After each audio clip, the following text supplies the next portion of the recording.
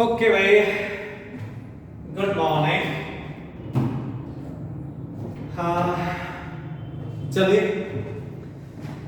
मान लेते हैं आपका दिन बड़ा प्यारा है और प्यारा सा गुजर रहा है और अपना भी प्यारा सा थोड़ा सा काम कर लेते हैं। ये अल्फा पार्टिकल को हटा देते हैं, नोट बोर्ड को हटा देते हैं, थोड़ा सा मैथ से खेल लेते हैं, मैथ संभाल लेते हैं। अगर हम पहले लेक्चर की बात करें ना, तो कल परसों में जब भी लेक्चर हुआ तो हम ये बात कर रहे थे पीएनसी परमुटेशन की। हमने बात की कि अरेंजमेंट, और पहले एक्सरसाइज के तरह से पहली एक्सरसाइज को ही हम दोबारा कर रहे हैं परमुटेशन के मेथड से। पहले जो हमने किया था वो बेसिक मेथड थे कि पहला बॉक्स भरने के इतने तरीके, दूसरा बॉक्स भरने के इतने तरीके वगैरह वगैरह, यानी कि जनरली सोचा और उस सोच को ही लिख के हमने क्वेश्चन को सोल्व किया। यानी कि वो डायरेक्ट मेथड नहीं था या उस मेथड का कोई नाम नहीं था, यानी वो प्रैक्टिकली मेथड कह सकते हैं, आपका ऑब्जर्वेशन मेथड कह सकते हैं, आपका बेसिक मेथड कह सकते हैं।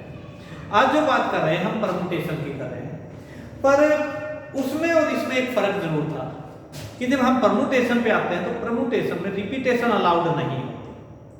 अगर रिपीटेशन होगी तो फिर हमें उस रिपीटेशन को काउंटर करने के लिए कुछ न कुछ और चेंज करने पड़ते हैं। इसलिए याद रखना कि हर रिपीटेशन अलाउड नहीं होती, और कोई लेटर रिपीटेड है तो फिर मेथड में थोड़ा सा चेंज आ जाता है। चलिए पहला क्वेश्चन लेते हैं पीएनसी का, यानी कि परमुटेशन का। कहता how many 3 digit number can be found. पहला क्वेश्चन है how many 3 digits number, how many 3 digits number can be formed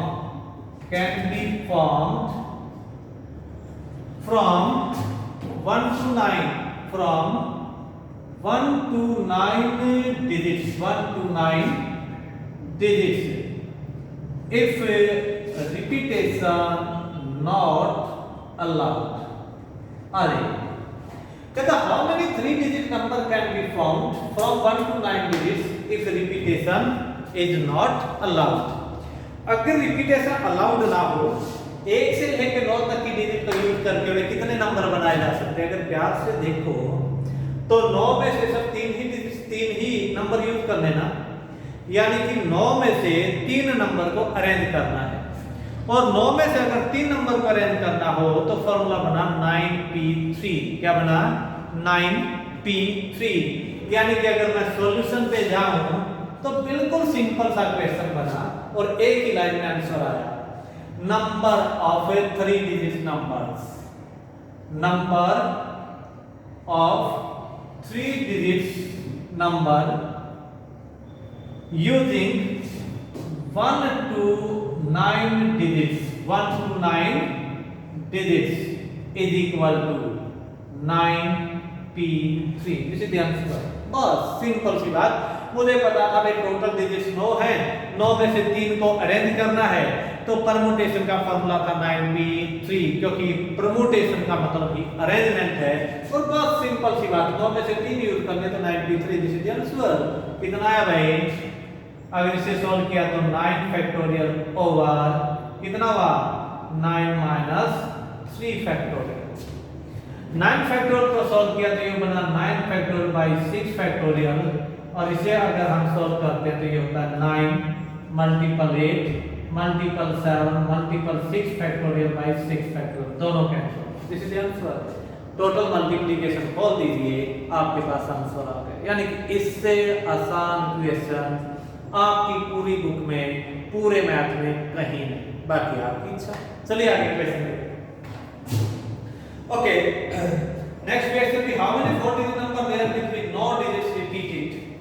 अगर आपके पास कोई डिजिट रिपीट नहीं करनी तो अरे सेकंड क्वेश्चन भी पढ़ ही लेते हैं, लगे हाथ। एक और देखते हैं, हो गया भी बेस्ट है, ना भी समझ में आ गया तब भी थी बेस्ट है, टेंशन नहीं लेने का, आराम से करने का, सब कुछ होएगा। अरे नेक्स्ट क्वेश्चन पढ़ते हैं। कहता है how many 4 digit number, how many with there not repeated, how many 4 digit number are there. कहता है how many 4 digits number, how many 4 digits numbers are there if no digits is repeated, no digits is repeated. कहता हूं 4 digit के कितने number बन सकते हैं यदि मेरे पास कोई डिजिट से रिपीट ना होती हो। अच्छी सी बात है भाई। अब लड़ाई यहां पर ये होगी कि भाई कितनी डिजिट्स में से क्या डिजिट का नंबर बनाना है। जनरली जब मेंशन नहीं होता तो डिजिट पूरी 10 होती हैं, 0 1 2 3 4 5 6 7 8 एंड 9 तक सारी की सारी डिजिट्स काउंट होती हैं। समझ में आई? नहीं आई? हाँ जी। देख पहले सबसे बड़ी बात क्या थी, इसने कहा 4 डिजिट का नंबर बनाना है, पर ये तो बताया नहीं किसमें से बनाना है। जब किसी में से नहीं बनाना तो आपका जनरल मैथ यूज होता है, और जनरल मैथ ये कहता है डिजिट्स टोटल 0 से लेके 9 तक 10 ही होती है, इसके अलावा डिजिट तो होती नहीं, वो तो डबल डिजिट या ट्रिपल डिजिट में शुरू हो जाती है। सिंगल डिजिट सब 0 से लेके 9 तक होती है, 0 से लेके 9 तक की डिजिट होती हैं, और उन्हीं को हमें यूज करना है। इसमें मेंशन नहीं किया तो इसलिए 0 भी इंक्लूड कर ली, पहले वाले में मेंशन किया था तो हम 1 से लेके 9 तक गए थे। अरे इस पे आते हैं। Here digits are, here digits are 0 1 2 3 4 5 6 7 8 9 बस 10 है। Here digits are 0 up to 9 तक होगी ना। अब थोड़ा सा प्यार से समझना जरा। ओके भाई 3 डिजिट का रफली समझा रहा हूं। 3 डिजिट का जब मैंने नंबर बनाया, देखना जरा आपके कैमरे में आ रहा है कि नहीं आ रहा। जब 3 डिजिट्स का हम नंबर बनाते हैं वहां तक नहीं आ रहा, कोई बात नहीं, अच्छी बात है। थोड़ा सा इसे लिखना मत, जरा समझ ले, उसके बाद लिखना, पहले समझा रहा हूं। अगर मैं 3 डिजिट्स का नंबर बनाऊं तो ध्यान से सुनना। 3 डिजिट्स के नंबर में अगर बाई चांस मैं ये कहूं रिपीटेशन अलाउड है नहीं, इसको फिलअप करने के 10 वे, सही बात है। मैंने कहा इसको फिलअप करने के 9 वे और इसको फिलअप करने के 8 वे, और मैं कहता हूं दिस इज द आंसर, तो ये बात 100% गलत है। अब कहोगे सर 100% गलत क्यों होगी? उसका भी एक रीजन है, और रीजन ये है मैं इस क्वेश्चन को इधर से सोल्व करना स्टार्ट करूंगा ही नहीं, कर ही नहीं सकता एक्चुअली। अब कहोगे क्यों नहीं कर सकते? उसका रीजन ये है क्योंकि मेरे हाथ में एक डिजिट 0 भी है। अगर मैं इधर से फिलअप करना स्टार्ट कर दूं तो एक टाइम ऐसा भी आएगा जब कभी ना कभी यहां पर 0 होगी, और जैसे यहां पर 0 होगी वो 3 डिजिट का नंबर बनेगा ही नहीं, 2 डिजिट का नंबर रह जाएगा, जबकि हम उसे 3 डिजिट में ही काउंट कर बैठेंगे, इसलिए गलत हो जाएगा। नहीं समझना? ये बिल्कुल दोबारा समझो। मान लेते हैं इसको फिलअप करने के 10 वे, चलिए ठीक है, मैंने यहां 8 लिख दिया। इसको फिलअप करने के हाथ में 9 नंबर थे, यहां 7 बचा, 8 और 7 भरा गया ना, 2 नंबर फिक्स कर दिए। अब ध्यान से सुनना, इसको फिलअप करने के कभी ना कभी 6 आएगा इसमें, कभी 5, कभी 4, कभी 3, कभी 2, कभी 1, और कभी ना कभी यहां मैं 0 भी लिखूंगा, क्योंकि इसमें कभी एक टाइम में मैंने 7 भर दिया यानी कि 7 लिखा, इसमें 8 लिखा। कभी ना कभी नंबर मेरे पास बना 678, कभी ना कभी बना 578, तो कभी ना कभी 078 भी तो बनेगा, और दुर्भाग्य से ये 2 डिजिट का ही नंबर रह जाएगा, जबकि जनरली मैं इसे 3 डिजिट में काउंट कर दिया। इसलिए इस तरीके से अगर मैं डायरेक्ट इधर से फिलअप करना स्टार्ट कर दूंगा तो ये क्वेश्चन मेरा गलत हो जाएगा। थोड़ा सा ध्यान रखना, जब 0 मेरे पास डिजिट इंक्लूड करनी होती है तो फिलअप करने का तरीका अंडर कंडीशन, जहां कंडीशन अप्लाई होती है, और हमेशा जब भी कभी नंबर बनाने हो और उन नंबर में अगर कभी कंडीशन अप्लाई होती नजर आए तो हमेशा कंडीशन की तरफ से क्वेश्चन को सोल्व करना स्टार्ट करो। जैसे अगर बाई चांस मुझे कह देता तो इवन नंबर बनाइए, तो इवन नंबर में लास्ट डिजिट पे कंडीशन अप्लाई होती है कि लास्ट डिजिट में या तो 0 हो या 2 4 6 या 8 हो, तो मैं यहां से भरना स्टार्ट करता। समझ में आई? और यदि यही बात यहां पर आ गई, क्योंकि हाथ में 0 थी, 0 इधर लिखी जाए तो कोई फर्क नहीं पड़ा, 3 डिजिट का ही रहेगा, पर बाई चांस 0 इधर लिखी गई तो 3 डिजिट के बजाय 2 डिजिट का नंबर बन जाएगा, इसलिए कंडीशन 0 पे आ गई। इसलिए और कहां पर आई? तो यहां पर आई। यहां तो इफेक्ट ही नहीं पड़ा 0 लिखने का, पर यहां लिखते ही इफेक्ट पड़ता है, इसलिए स्टार्टिंग में इधर से ही करूंगा अगर ये मेथड लगाता। अब मैं ये मेथड लगाऊंगा नहीं, अब ध्यान से सुना जरा, मैं मेथड कौन सा लगा, अब लगा रहा हूं मेथड जो एक्सरसाइज के कॉरस्पॉन्डिंग है। भाई मेरे पास हाथ में कितनी डिजिट्स, 10, 10 में से रेंज कितनी करनी है, सब 3, 10 में से 3, तो लिखिए जरा क्या लिखोगे, total number of 3 digit number, 3 digits numbers is equal, मैंने क्या कहा, मैंने कहा 10p3, 10p3 सही बात है, हो गया 10p3, गलत, अब आगे आ जाइए, हो गया ना 10p3, ये आंसर नहीं है। अब कहोगे सर आंसर क्यों नहीं है, आंसर इसलिए नहीं कि ये टोटल 10 थी, 10 में से 3 को रेंज कर दिया, 10p3 हो गया, पर कभी ना कभी दुर्भाग्य से इस अरेंजमेंट में कभी ना कभी 0 यहां पर भी आ गया था, कभी ना कभी 0 यहां पर भी आ गया था, और जब इस 10p3 में तो सारे नंबर आगे पीछे घुमाने हैं, और घुमाते घुमाते कभी ना कभी 0 यहां पर भी आएगा, और जैसे ही 0 यहां पर आएगा ये 2 डिजिट का नंबर बन जाएगा, जबकि इसमें ये भी काउंट हो गए हैं 10p3 में, इसलिए ये केस टोटल में से घटा दो, क्या कर लो, टोटल में से सबट्रैक्ट कर दो, हो गया समझाई। फिर दो, यानी कि जब 10p3 की अरेंजमेंट की तो घूमते घूमते आगे पीछे सारे नंबर घूमेंगे, घूमते घूमते कभी ना कभी 0 यहां पर भी आएगा, और जैसे ही 0 यहां पर आएगा तब 2 डिजिट का नंबर बच गया, 3 का नहीं बचा, इसका मतलब इस टोटल 10p3 में से जब 0 यहां पर आई वो बाकी नंबर घटा दो। अब अगर 0 यहां पर आई तो बाकी हाथ में नंबर बचे थे 9, और जगह कितनी थी 2, यानी कि -9p2, 10p3 -9p2, ये टोटल आंसर है, समझे। 10p3 का मतलब हाथ में 10 डिजिट थी, 10 में से 3 को रेंज करना है, तो ठीक है भाई 10p3 हो गया, पर फिर दिमाग में वापस आया यार ये 10p3 में तो एक 0 नंबर भी है, और घूमते घूमते कभी न कभी 0 पहले स्थान पे से 100 प्लेस पे भी आ जाएगी, या इस जगह पे भी आ जाएगी, जैसे यहाँ पर आएगी यहाँ ये 2 डिजिट का ही नंबर बच जाएगा, जैसे 078, जगह तो 3 ही फिलअप हुई, पर नंबर कितने डिजिट का बचा, सब 2 डिजिट का, इसे काउंटिंग में क्या कहेंगे 78, और ये तो 2 डिजिट का नंबर है। इसलिए मैंने क्या किया, टोटल नंबर में से वो नंबर की काउंटिंग सबट्रैक्ट कर दी जब 0 यहां पर थी। अगर बाय चांस 0 यहां पर फिक्स कर दूं तो हाथ में नंबर बचे 9, 9 में से जगह कितनी फिलअप करनी है 2, यानी कि 9p2, यानी कि अगर 0 यहां पर आ जाए तो टोटल 0 यहां पर आने के बाद जो टोटल नंबर बने वो 9p2 बने, इसलिए 10p3 में से मैंने 9p2 सबट्रैक्ट कर दिया, समझाई। इसलिए total number of 3 digit number क्या बने, 10p3 9p2। अब आ जाइए सॉल्व करते हैं। 10p3 को क्या लिखा, 10 फैक्टोरियल ओवर कितना 10 - 3 7 factorial, -9 factorial over 7 factorial, 9 - 2 7 factorial. Solve करते हैं।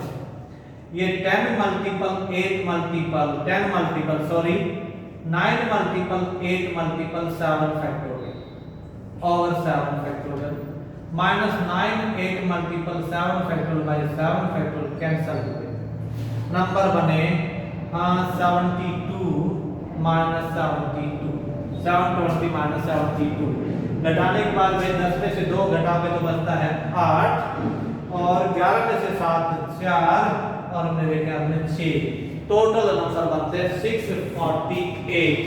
यह आपका आंसर जाता है 648।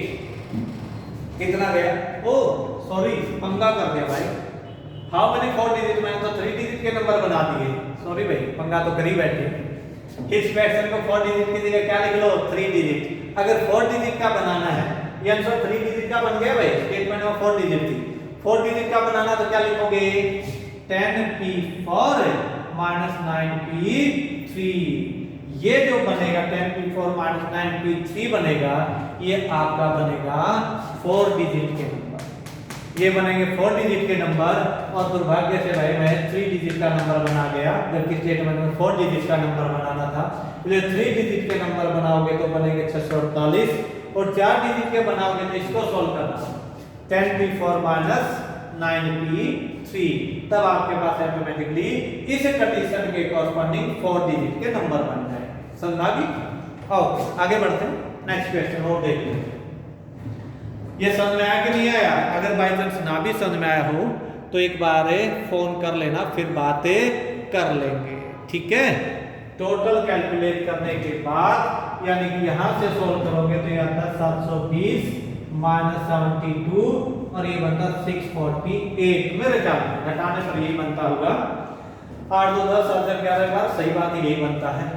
अगर 3 याद रहे, एक वैसे 3 डिजिट का बन गया भाई, 3 डिजिट का, जबकि स्टेटमेंट में क्या था 4 डिजिट, और 4 डिजिट का निकालना है तो 10p4 9p3 कर लेना। 9p3 क्यों सब्ट्रैक्ट किया, ये यहां से क्लियर हो गया होगा कि मुझे ये काउंटिंग सब्ट्रैक्ट क्यों करनी पड़ी। आगे बढ़ते हैं नेक्स्ट क्वेश्चन की तरफ। ओके, नेक्स्ट क्वेश्चन चलिए। ओके भाई, अब थोड़ा सा एक और क्वेश्चन ले लेते हैं अंडर कंडीशन। इसमें ना पीएनसी में सबसे ज्यादा मजा ये है कि हर क्वेश्चन को सोचना पड़ता है कि किस ढंग से सॉल्व करें। जैसे देखिए, कहता how many 3 digit even number. Next अगर क्वेश्चन ले लो तो इसमें भी सोचना ही है। ये कहता है how many 3 digits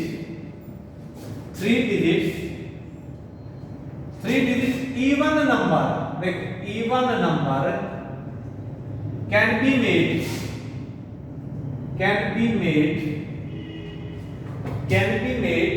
from using the digits,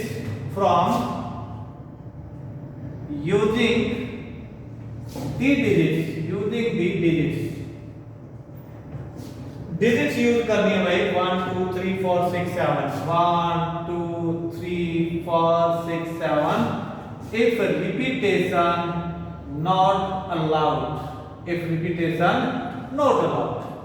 अरे कहता 1 2 3 4 6 और 7 इन डिजिट्स को यूज करते हुए मैं 3 डिजिट्स के कितने इवन नंबर बना सकता हूं। चाहते तो पहले एक्सरसाइज के मेथड से भी बना सकते हैं, और चाहे तो इसी मेथड से, क्योंकि आज हम परमुटेशन की बात कर रहे हैं तो परमुटेशन मेथड ही यूज करेंगे। आ जाइए, इसका मतलब पहले समझ लीजिए फिर बात करेंगे। मेरे पास 3 डिजिट्स का नंबर बनाना है। कितने डिजिट्स का? 3 डिजिट्स का। पर इसने कहा कि नंबर इवन बनना चाहिए, और अभी थोड़ी देर पहले मैंने बात की थी, जब भी कभी नंबर अंडर कंडीशन आ जाए तो हमेशा स्टार्टिंग कंडीशन से की जाती है, डायरेक्ट क्वेश्चन सॉल्व नहीं किया जा सकता। अब जब नंबर इवन नंबर बनाना है तो इवन नंबर की मेरे पास एक कंडीशन है, और वो मेरी मजबूरी है कि हर हाल में कंडीशन ये कहती है कि जो तीसरी डिजिट है वो हर हाल में 2 की टेबल से होनी चाहिए। आगे ना मजबूरी, यानी कि इसने कहा नंबर इवन बनाना है। इवन नंबर में नंबर बनने से पहले मजबूरी थी इवन नंबर की कंडीशन की, और इवन नंबर की कंडीशन ये है भाई, या तो यहाँ 2 आएगा, यहाँ 4 आएगा, या 6 आएगा, इसके अलावा यहाँ आ ही नहीं सकता। या तो 2 आएगा, या 4 आएगा, या 6 आएगा। इसके अलावा इनमें से आप कुछ भी लिख दो, वो नंबर इवन बचेगा ही नहीं। जैसे अगर मैंने लिखा 127, सही बात है ना? सही है, पर भाई देख 2 4 और 6 में से तीसरी जगह पे कोई नहीं आया ना, तो ये नंबर तो इवन है ही नहीं, नॉट इवन। इसका मतलब क्या हुआ कि जब भी कभी कंडीशन हो किसी क्वेश्चन में तो स्टार्टिंग कंडीशन से ही करनी है, और यहाँ पर कंडीशन क्या है कि नंबर इवन बनना चाहिए। और इवन नंबर बनने ने मुझे तुरंत बताया कि यूनिट प्लेस पे हर हाल में 2 4 या 6 आना चाहिए। क्या आना चाहिए? 2 4 या 6, बाकी कुछ भी आता रहे कोई फर्क नहीं पड़ता। अब जरा देखो क्या लिखोगे। लिखोगे क्या? As 3 digit number is even. अब ये समझ में आ गई? अब लिख लीजिए इसका मतलब, क्योंकि पीएनसी लगाया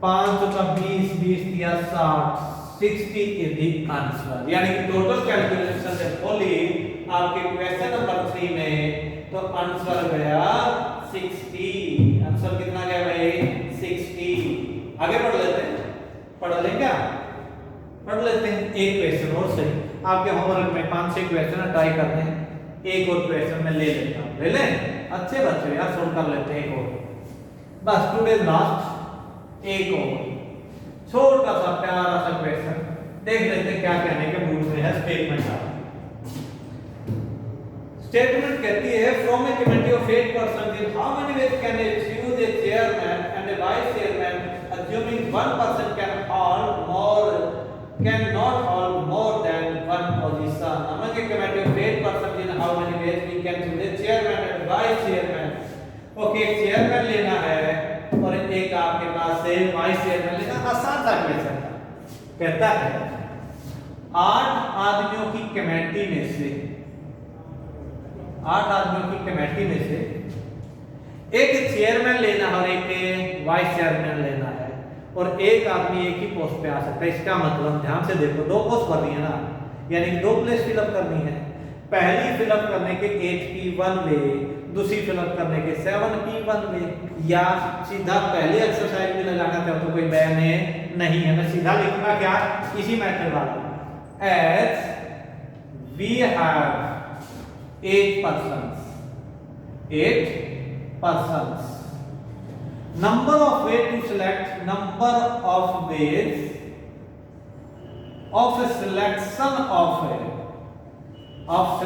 of क्या प्रिंसिपल है कि प्रेसिडेंट, क्या नाम रखा है इसने? Chairman, sorry selection of chairman आ जाइए। चेयरमैन तो एक है ना, टोटल आदमी कितने थे? 8 में से रेंज कितना करना? सब एक ना, तो तरीका बना 8P1। कितना बचा? 8P1। 8 में से एक ही रेंज करना या एक ही सिलेक्ट करना, यानी कि 8P1। Number of ways of selection of vice chairman, कौन सिलेक्ट करना है? Vice chairman. जब चेयरमैन का सिलेक्शन कर लिया तो एक आदमी तो सिलेक्ट हो गया ना। बाकी कितने बचे? 7 में से लेने कितने? एक, यानी कि 7P1। कितने हुए? 7P1। पहला 8 में से 8P1, फिर बचे थे 7 में से वाइस चेयरमैन लेना था 7P1। Total number of ways कितने? 8P1 मल्टीपल 7P1, यानी कि 8 गुना के 7 56। 8P1 की वैल्यू 8 होती है, 7P1 की वैल्यू 7 होती है, तो टोटल आंसर आया 8 मल्टीपल 7। नहीं तो पहले वाला तरीका लगा सकते थे, यानी कि मैं 2 कुर्सियों पे आदमी बैठाने हैं। This is the answer. ये तो वैसे समझा रहा हूं कि भाई पहली चेयर को भरने के 8 तरीके, एक आदमी बैठ गया। दूसरी चेयर 7 बचे तो दूसरी चेयर को भरने के 7 तरीके, दोनों चेयरें भरनी थी, इसलिए जब दोनों चेयर कंप्लीट हो जाए तभी काम का कंप्लीशन था, इसलिए मल्टीप्लिकेशन लगा। टोटल वे बने 56। यही काम ऊपर वाले ने किया है। टोटल आंसर आया 56। आपको क्वेश्चन ज्यादा नहीं, सब 7 करके आने हैं। होमवर्क में कितने क्वेश्चन हैं? 7 तक करने हैं। 5 तक मैंने कर दिए, 2 आपको दे दिए, 6 और 7। समझ आई कि नहीं आई? परमुटेशन और कॉम्बिनेशन आपका बेसिक, आपकी प्रोबेबिलिटी का, और इसमें जितना प्यार से ठंडे दिमाग से सोच के क्वेश्चन सॉल्व करोगे और अलग अलग तरीके सोचोगे उतना ही माइंड की डेवलपमेंट होगी, यानी कि माइंड की क्रिएटिविटी बढ़ेगी। किसी भी क्वेश्चन को किसी भी ढंग से घुमाया जा सकता है। एनसीईआरटी बहुत सिंपल होती है, इसलिए घुमाने की जरूरत नहीं, डायरेक्ट क्वेश्चन है, इसलिए इतना ही बेसिक करना है। थैंक यू, फिर मिलते हैं, फिर देखते हैं कि हमें करना क्या है। समझे आई? बहुत अच्छे बच्चे, बहुत प्यारे भाई।